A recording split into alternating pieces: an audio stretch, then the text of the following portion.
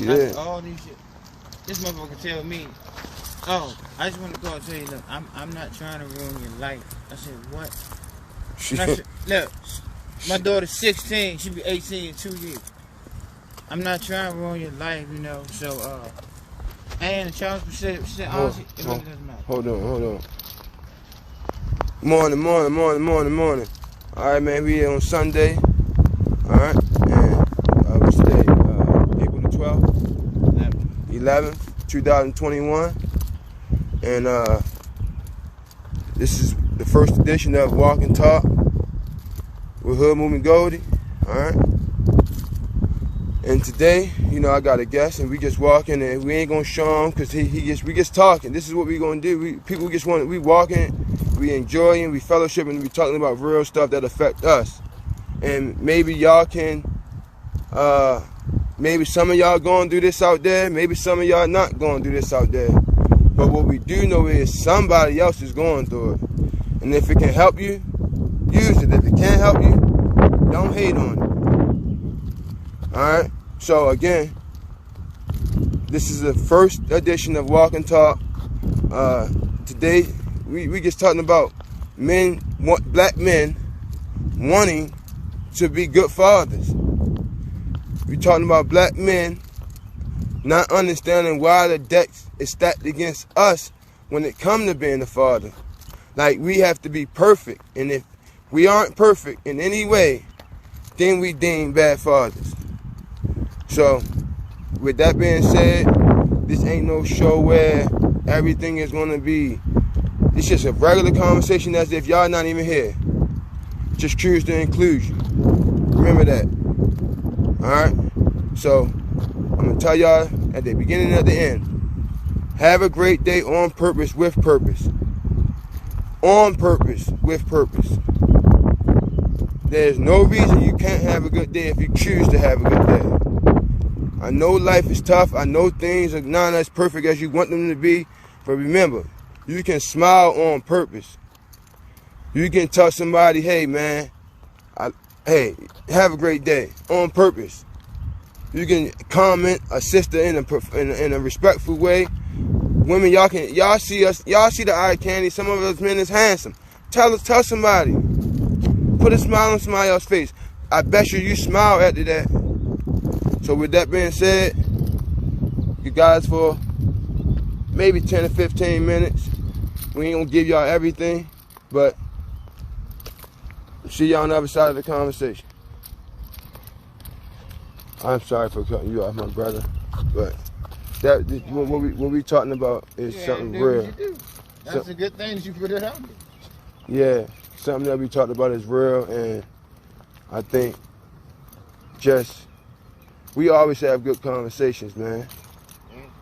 You know, and we both trying to learn. We both been through that system. That system ain't right. And a lot of people that been through that system, it's like you lose twice, you know? You lose twice, and I always ask myself, like, how I go to college, right? I go to college, I graduate, I do everything that coaches ask me to do, but my coaching staff, none of them choose to help me. Right. They know how much I wanted to play professional basketball. They know. Look. So you see that? You feel me? It ain't gonna. You know what I'm saying? Like, they know how much I wanted to play basketball, my man. You know, you put years into it, bro. Since you was 9 years old. I've been sent to Africa, you came back, still had the love for basketball. How you get sent to Africa, man? You should have fallen in love with soccer or some shit. You feel me? I still kept the love for basketball. We ain't even thinking about the money at this point. We hoping we can change our parents' life by doing something right. We see other people do it, so you hope that you can do it too. But you don't have to get all the money in the world to be able to do that, right? Especially when you're getting in the NBA or going overseas. You can make some decent money Man, I was damn near homeless when I graduated, man. You hear me? Like, I ain't have a pot to piss in. Now, one of the coaches thought this is the stuff that I be saying that, and this is just a sidebar.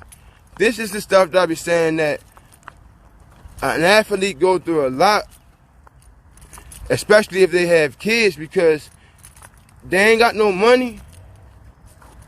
If you really going to school, you ain't got no money, and then if you ain't got your parents being able to take care of you and afford you, like, what you gonna do? You gonna resort back to the streets. So, back to the story. What makes you think you have any other options when you do everything they ask you to do, and then you graduate, and they leave you high and dry? Nothing.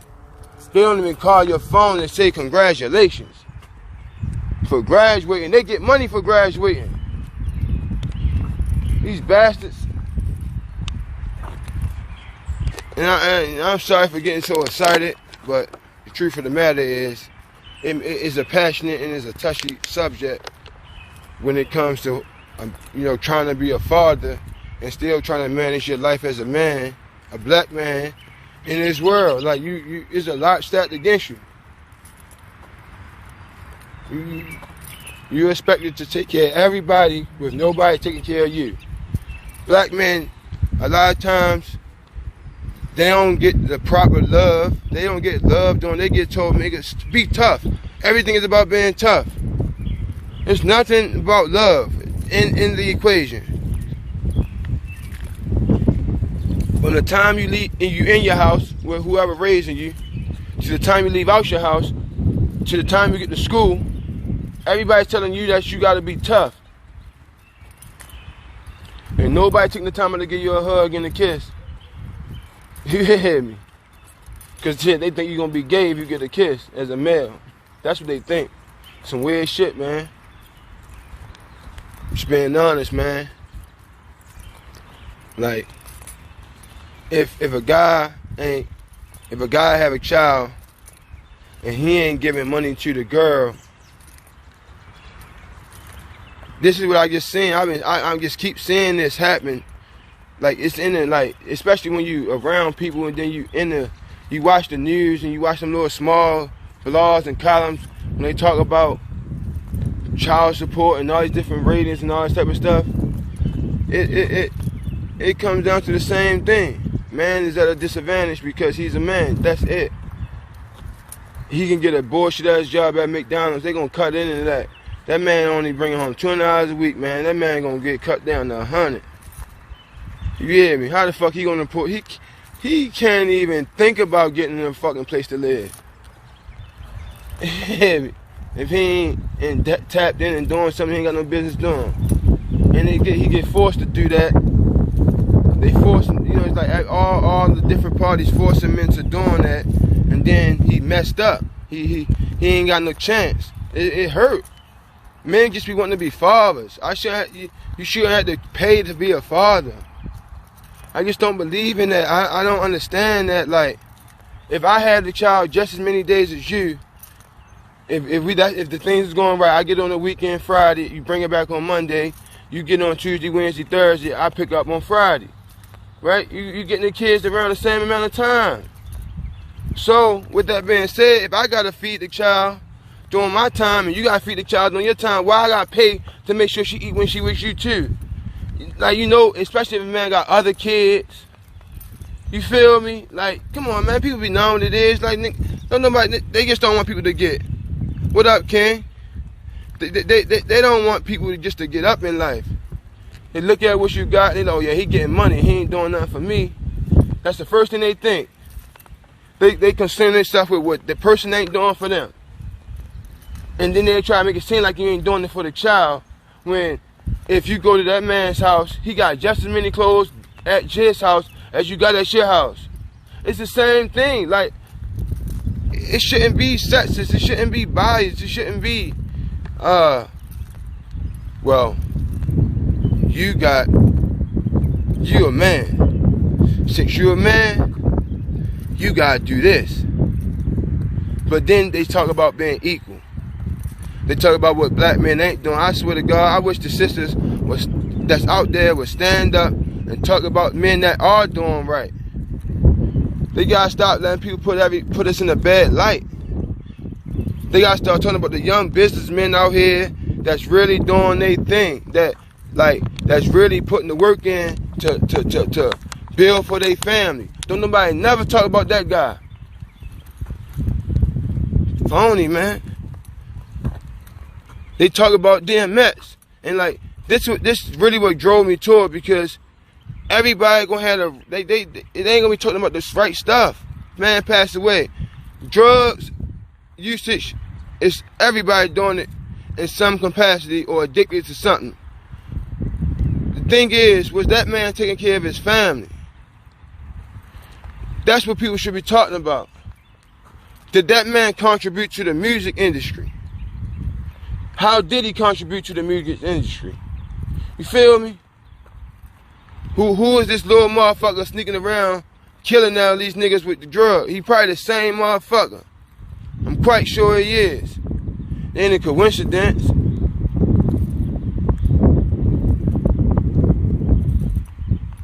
Like, how a person doing good, and then all of a sudden, he get high one time, and then he dead. Somebody setting him up. Another black man, like I say, they gonna sabotage him, kill him twice, all of that.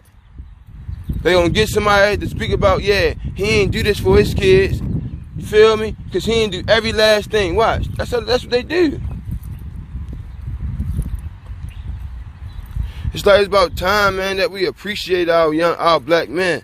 It's about time that we start making it hard for the black man, and let's make it easier on the black man. The black man shouldn't be in confrontation with his sister, with his lady, with his woman, with his wife.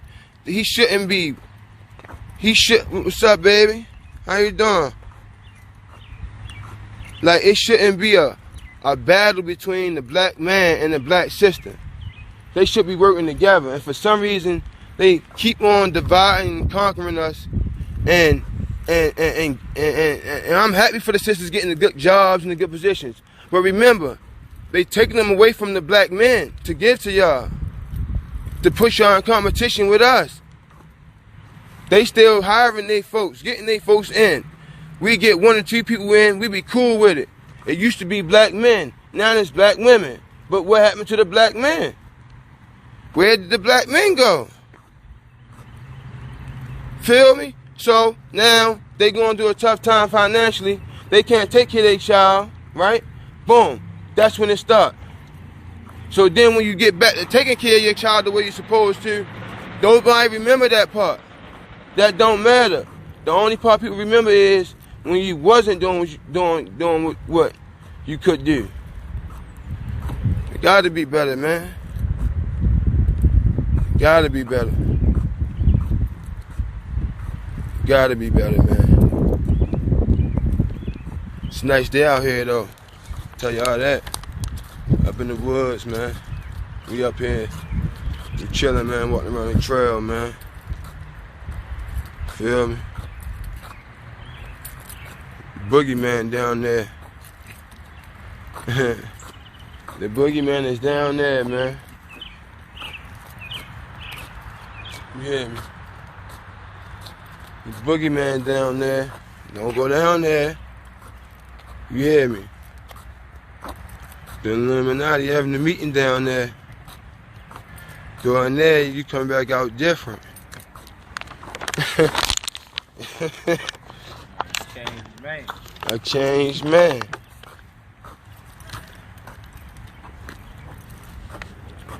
But that's my little rant. Now, I hope it wasn't took as a rant, but it is. It's like, it's pent up frustration that,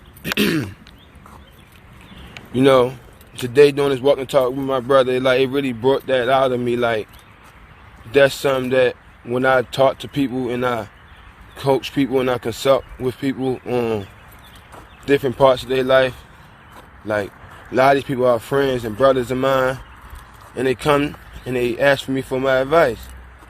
And You know, I've been through a lot. I'm a young man, but I've been through a lot. You know, I've been on my own for a long time. You know, not without my family, of course. I've always had my family. Like, let me get that straight. I've always had my family, but my family, they thought it was best that they send me to experience stuff in life, you know? So they put me out into this world and they made me learn a lot of stuff.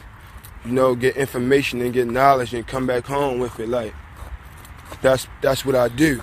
And being able to go to Africa as a kid and, you know, then going to boarding school, you know, Piney Woods, a historically black boarding school.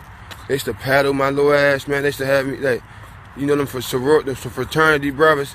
Man, they used to whip out, we get 5 licks, man. Everybody that went to Piney Woods know what I'm talking about. Man, you get up to 5 licks, man. And they used to have, their paddles were all different. Like, cause most of them was in different fraternities, and they used to tap our ass something nice. Like, you know, I was an asshole, so I probably would get 2 or 3 disciplinary actions a week. It's only 5 days of school. But then, you know, I was smelling myself, as my mother would say. You know, them girls, and they on one side of the canvas, and we on one other side of the canvas, like pit bulls in heat. You hear me? We trying to get out over this fence. You hear me? Both of us trying to see what's going on. But I was traveling, you know. Had to go to prep school in Pickens, South Carolina.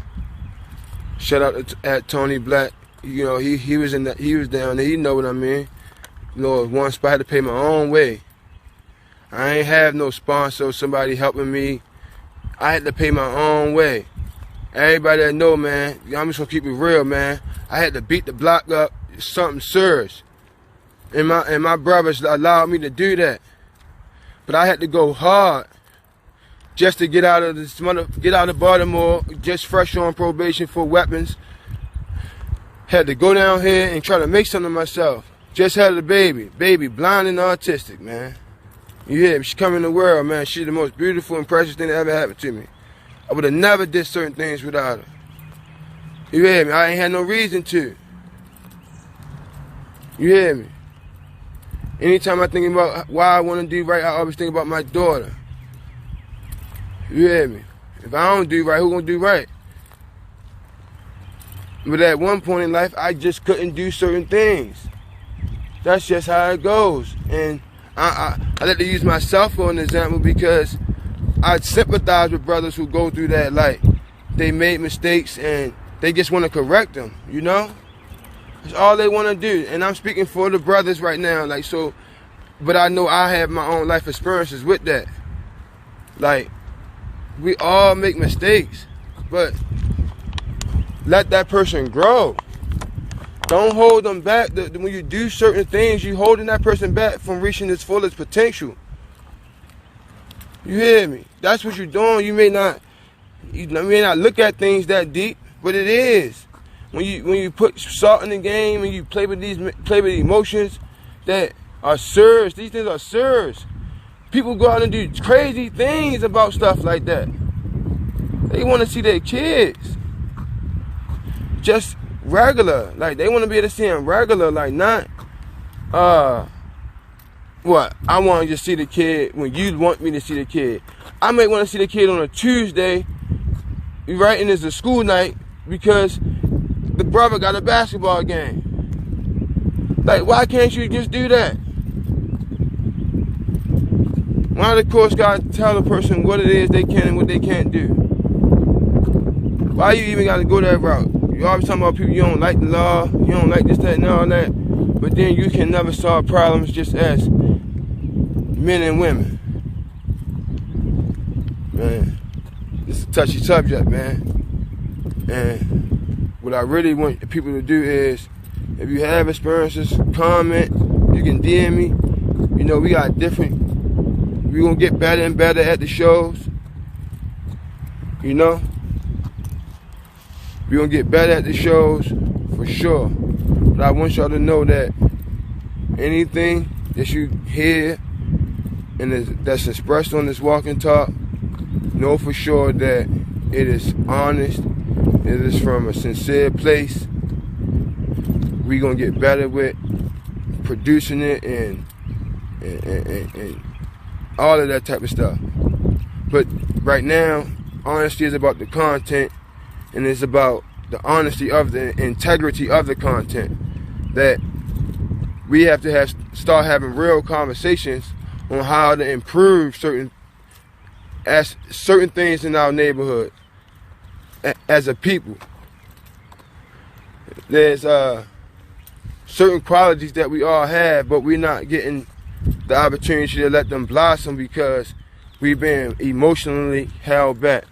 Like, the black man is being emotionally held back. Like, they got him in a state of fear a lot of times. You come in contact with the police, you might die. Like, that's how they got us thinking.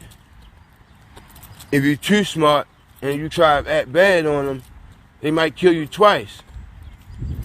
They might put their foot on your neck, like the guy, hold it on his neck, kill him, then go to court and talk about the man being on drugs. You get what I'm saying? That's what they doing. You feel me? And if you don't see that, that's what they trying to do. You ain't paying attention. They trying to scare all of us. They trying to lock the rappers up. None of their content is violent and shit. That's how they rap. They lock their ass up and say that, yeah, you did this because you said it in your raps. So you might as well say, I did a lot of shit.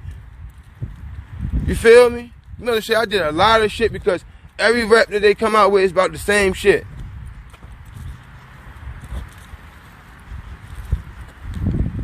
Lock you up when they want to. They can have a warrant on you months ago, but they let you just hang outside. They looking at you, still watching you, lock you up when they want to. They ain't even got really, it's just crazy, man. It's a war on us black men. It's a war going on outside no man is safe from. But it's a war on us black men. And if y'all don't see it, they don't want black men to have families. They want black men to embrace homosexuality. Feel me? They want us to teach our kids that it's okay. Like, true story, right? What do I tell my kid about Dwayne Wade's son? Then my son likes sports. He like Dwayne Wade. He know the motherfucking shit that's going on. And he's asking me questions, and I don't even got no answer for him. What's my answer? What's my answer? We talking about black men being fathers these days. That's what this whole thing is about. So, in trying to be a father, the best father I can be, what do I tell my son about a kid? My son around gonna be his age in this soon. What do I tell my son about Dwayne Wade's? Do I say son or do I say daughter? I don't want to be incorrect, but what do I say about it?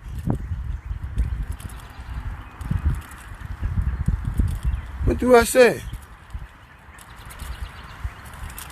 I don't know what to say. You know? I'm looking for the answers, though. And that's what this thing is about. I'm looking for answers. I don't know everything. But I know I just couldn't answer the question without actually thinking about it first. I told him I'd get back to him. So what that's a scary situation. What do you tell your son about Dwayne Wade's son or daughter? Do you say that, son, this is okay? This is okay that at that age this is okay? Like, what do you say? Is it not okay?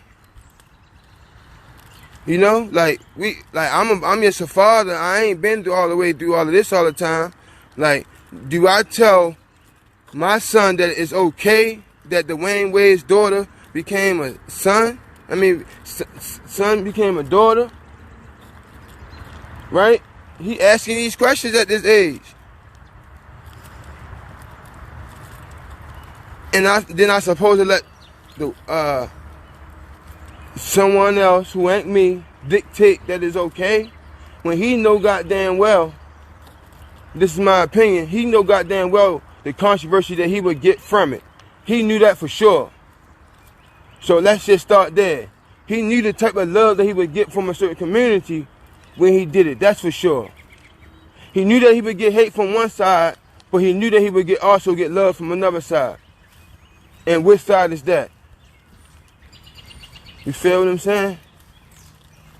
It's getting real, man. They're making it hard on us, man. It used to be, you know, not simple, but, you know, ain't never no book to being a parent, but this shit getting crazy. It's getting crazy. What's up, Ted? Mayo, come on, boy. Little ass boy should have played football, man. You made it hot.